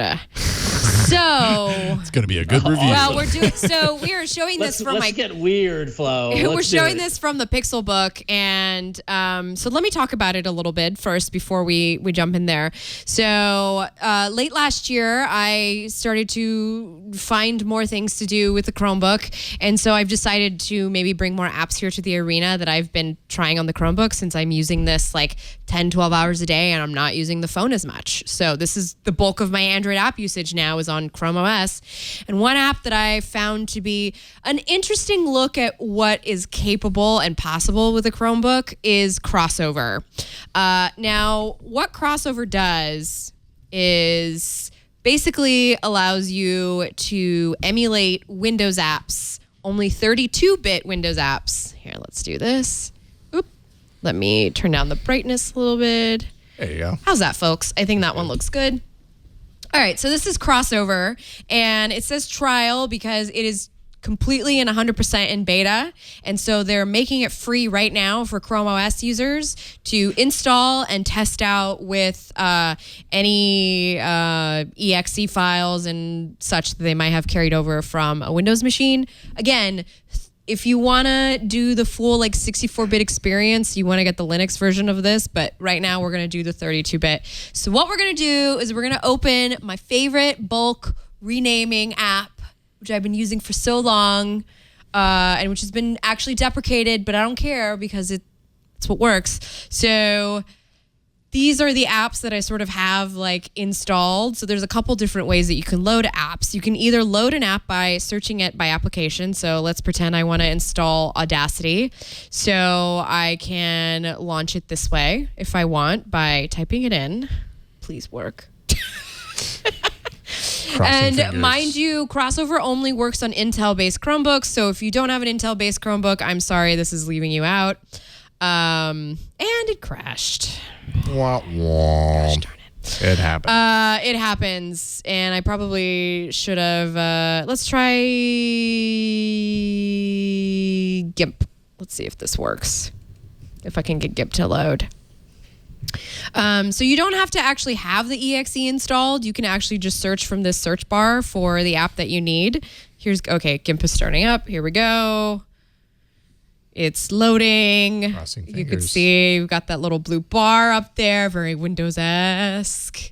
Again, this is an emulator and it's running, what's it called? It's called Wine? Yep. Yes. Am I saying that right? I think so. Okay, there it is. There's GIMP. For wine is not an emulator. It's only half loading. I don't understand why my fonts aren't loading. GIMP is gimped, it looks like. Maybe I'm not 100% selling it right now. This usually works the best after a refresh. I haven't actually restarted this Chromebook in a while, and I've been using it all day. So let me try and do this one. Okay, so this is the manual way that you would load a Windows machine. There's my little cat. A Windows app. So you'd go to the File Explorer. So it opens a File Explorer in Chrome OS. And then you have to go track down the exe file, which is very hard to see because the font is super small. It really is. But there it is. I'm about to launch it. And It looks like it works. it's a Windows app. And so the way I use this is, I'm not going to go through my files, but this is just a bulk image renamer that I use. And I just found it to be the easiest one to use on everywhere, on every platform. And it's deprecated, but I saved the exe file from a long time ago. And so now I load it when I need to rename. I have to rename a lot of files because I always have to name them to go in the CMS I'm uploading into. So you're running a Windows app on a Yes. Chromebook. Now, I have been able to get Audacity to work on here flawlessly, and I was able to like do recording and everything, but I'm a little embarrassed that it's not running right now because... Okay. All right. Well, sometimes this happens. The demo demons strike again. So this is Crossover, and you can like try, if I show you here, you can type in the name of apps that you might need to use. So maybe you have a code to an old version of Microsoft Office. You can try and search here to load it. Or if you had the exe file on a zip drive or a CD-ROM somewhere. By the way, Chrome OS does like work with all those external things that you can plug in through, an adapter if you needed it. You could load it that way. There's a lot you can do with Chrome OS, and I like Crossover because it shows the potential of things that will be a potential. And just to drop in a little plug, Victor, I did drop in a link there in the doc next to my app choice of an article I wrote at Lifehacker to help you get started with loading these apps.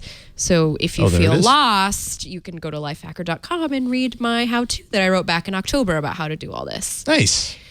And see, look, there's a living screenshot of Audacity on my Chromebook, but it was just back then, not now. A lot has happened in a couple of months. It has. In this world. And I haven't restarted this computer in a long dang time. It's okay. Crossover for Chrome OS Beta is the app to find in the Play Store, and it's free. Nice. Thank you. Collin, we'll go with you next. You were telling me a little bit about your app prior to the show. Yeah, mine. Do you happen to have it running on anything, or should I? I have it on my Palm, or you could throw it on your thing. Oh, if you have it on your Palm, I think that's the way. That to would be a show it fun off. demo. That would be the way to do it. Show the people. You might. This thing is small. You might have to remove it's it from your right lanyard. Here is going to be your camera. Yeah.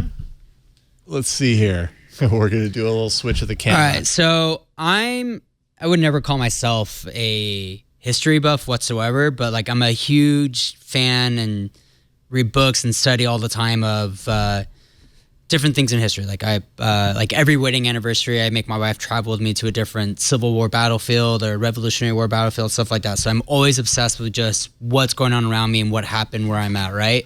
And so obviously, when I moved to the Bay Area in August from New York, there's just a lot I didn't know about the area and stuff like that. So, lots of history. Yeah, my favorite app is it's History Here, and it's done by the History Channel. Oh. And it's just you open it wherever you are, and it just tells you like cool stuff that's happening. Where to Move it out historical a little location. bit that way so we can see it on the screen.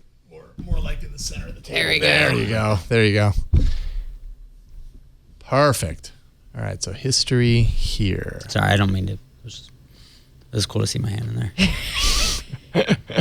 You get used to it after a while.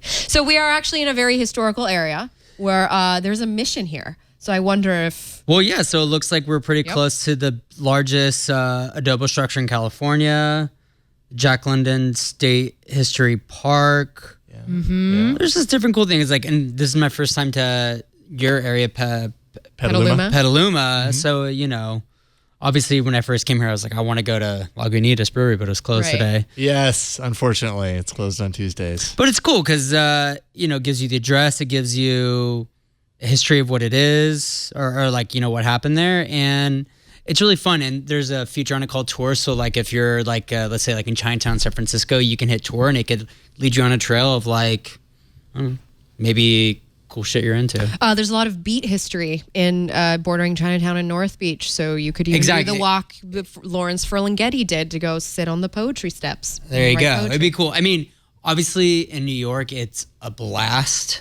To go through, and it was really fun. But I'm having a lot of fun just like when I go on walks in San Francisco and still exploring the area, just opening that up and just being like, oh wow, like, you know, that's cool. So it's fun for me, especially just being a new resident to the area. So I enjoy that one. Great way to learn. Sounds fun. Learn a place. Yeah. Yeah, that's awesome. So it's called History Here.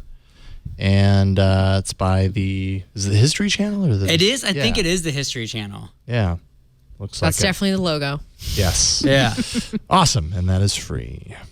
Right on, History Here. Okay, Ron, I have your app installed.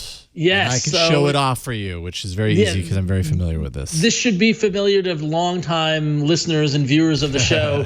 Both Jason and I have often reminisced about some of our favorite computer games in the in olden days, and we always talk about when there's a new, like when someone does a game version for Android, and it's always not quite exactly the same or whatever. That's why I stopped everything and downloaded Lemmings when I saw it pop up on the Google Play Store, because not only is it the classic Lemmings that we knew and loved from PC games in the 90s, but it is actually the official Lemmings. It's made by Sony Interactive, which owns the license to Lemmings, and it's the original Lemmings characters and the tools and everything, but reformatted for mobile phones, and it's amazing.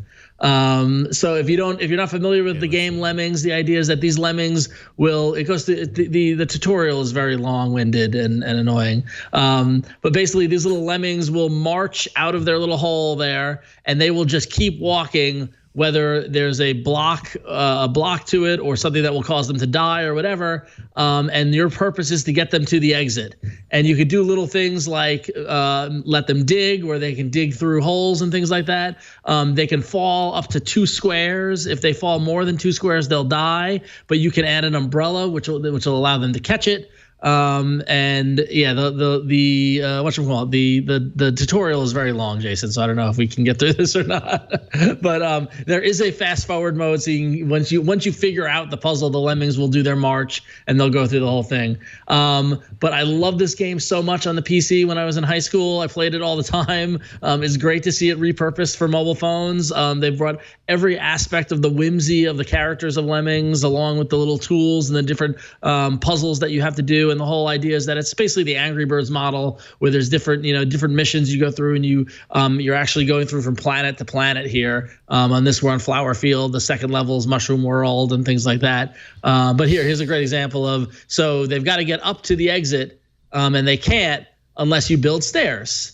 And you can make one lemming start building stairs, and they'll all do that. And you basically build a staircase all the way up to the exit. But you got to be careful, because if they fall more than 2 boxes, they'll die. So yeah, you build another one. And what you're gonna want to do is you're gonna want to build an umbrella next to that square there. So yeah, build that just in case.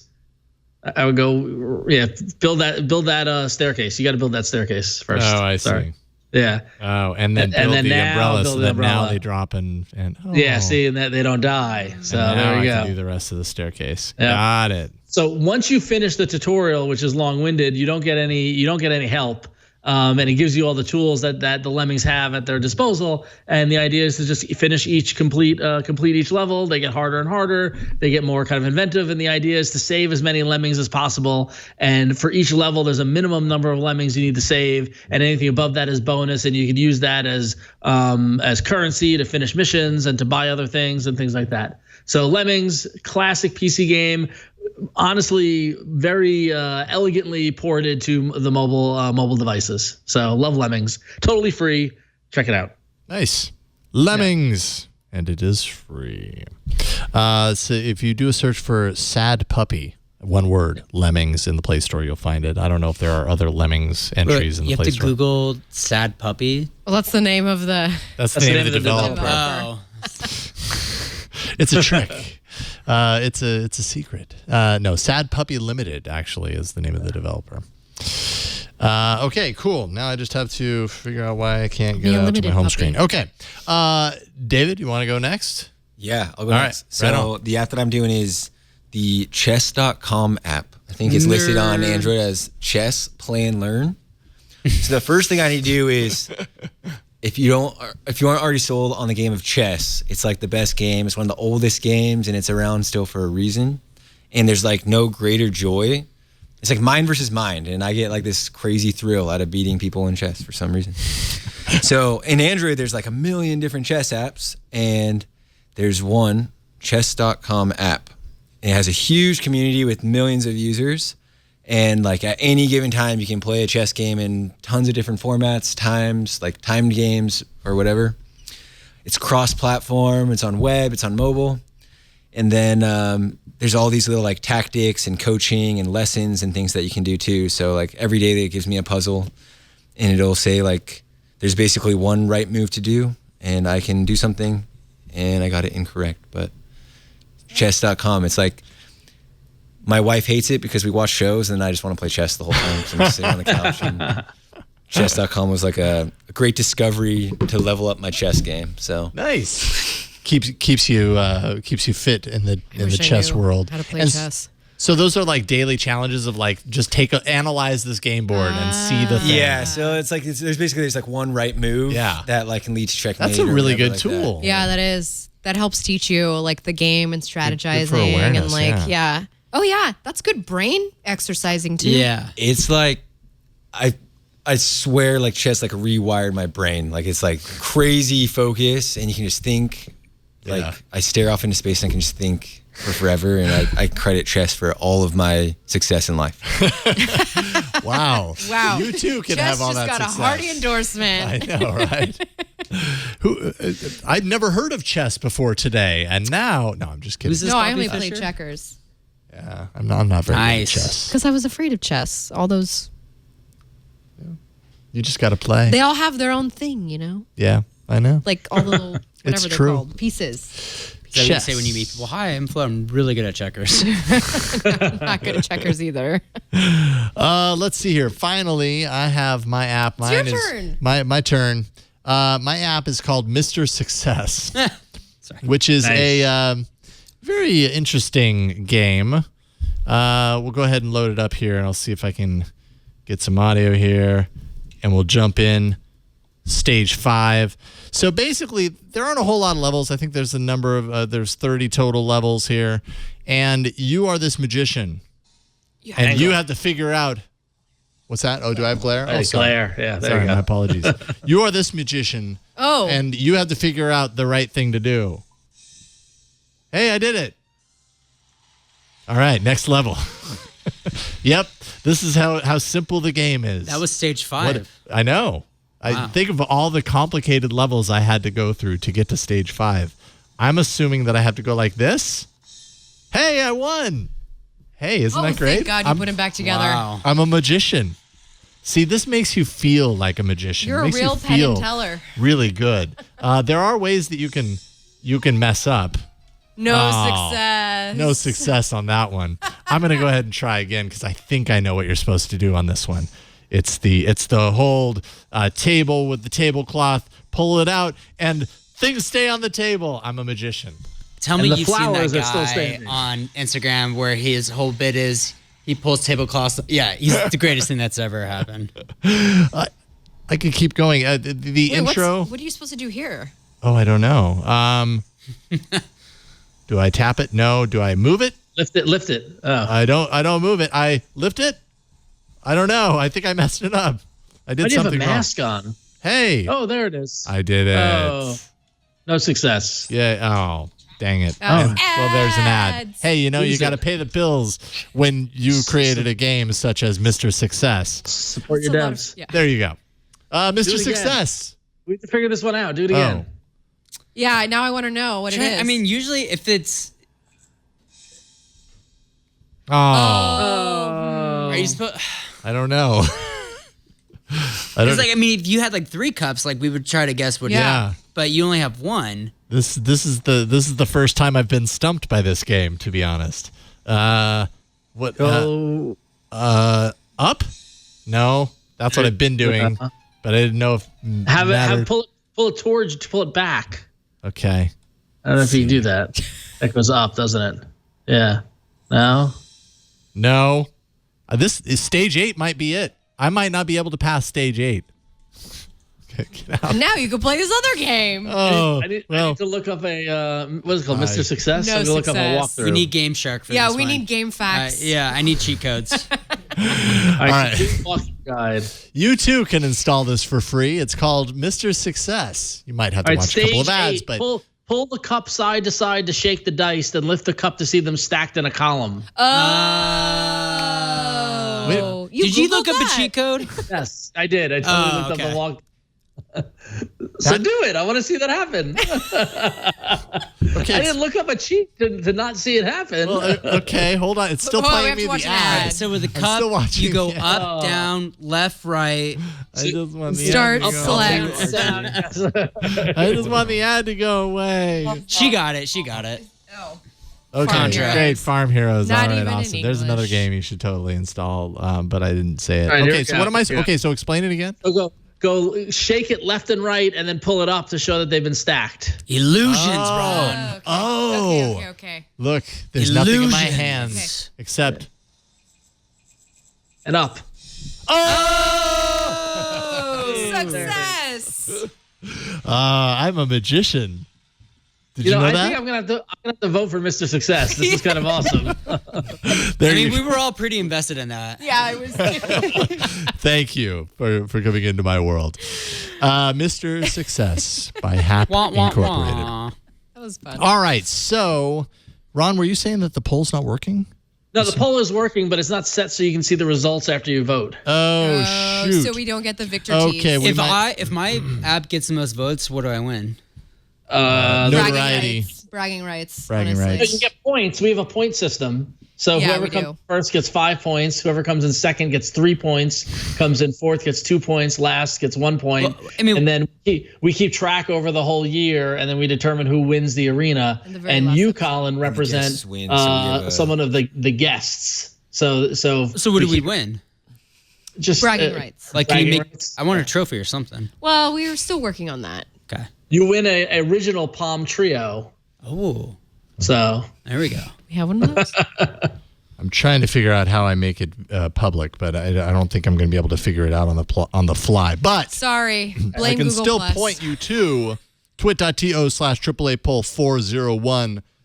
That's where you go and place your vote for your favorite app today. Is it Crossover for Chrome OS Beta? Is it History Here, Lemmings, Chess.com, Chess Play and Learn, or Mr. Success? What will Victor vote for?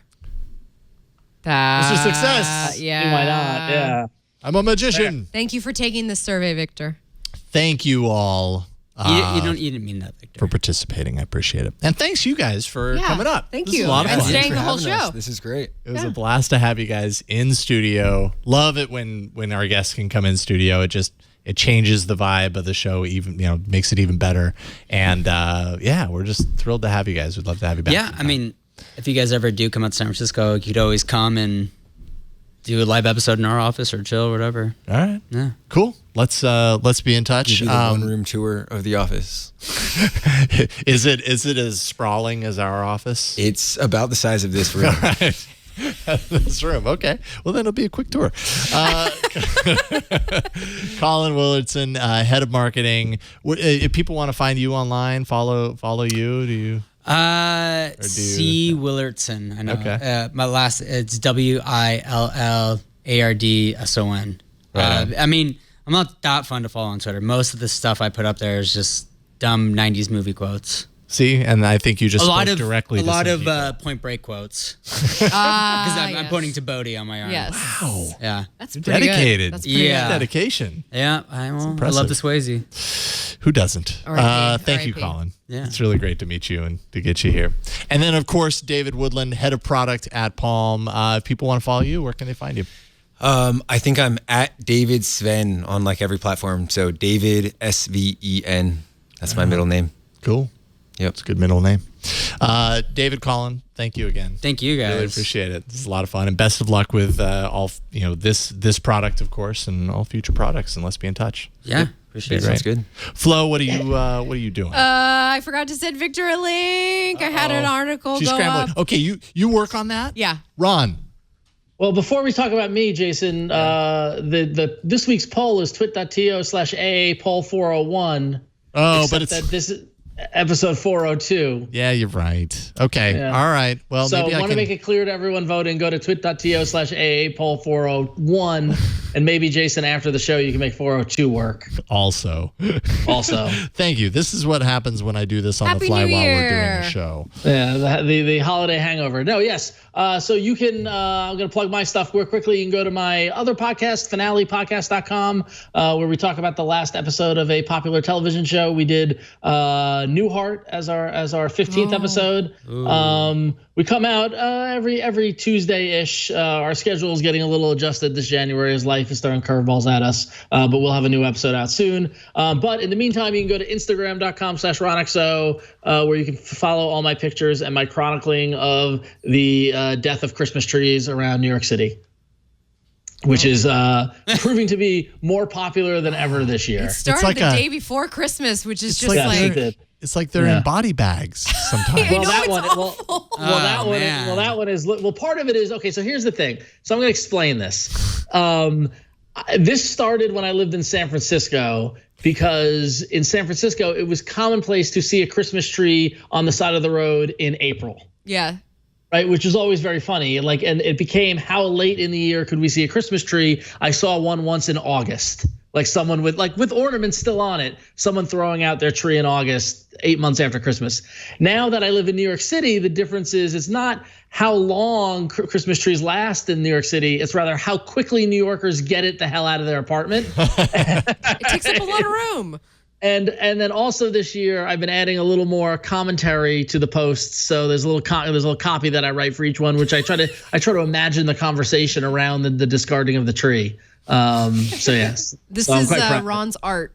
This is exactly. Yeah. It's beautiful. Oh, so this love one, it. this one Beautiful is art.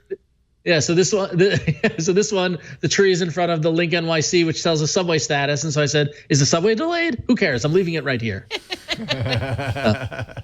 Yeah. So yeah, Very it's good. I my love fun little thing that I'll do until I stop seeing Christmas trees on the street.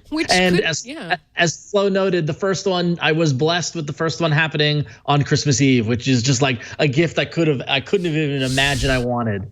So yeah, couldn't even wait till tomorrow. exactly. So happy holidays, everyone. Happy holidays in the rearview mirror. Thank you, Ron. Flo, back to you. Actually, Orthodox Christmas was like a couple days ago. Oh, so okay. Not entirely premiere. Anyway, sorry, technically, you can find me blogging this week about CES at florenceion.com. Yes, I'm blogging at my blog.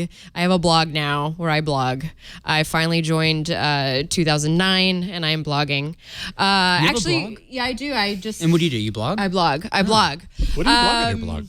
You Is just it about blog? I blog. You blog about blog stuff? I just blog. It's the flow feed. I just blog about whatever's on my mind. And just blog stuff. Just blog. Yeah, just blogging.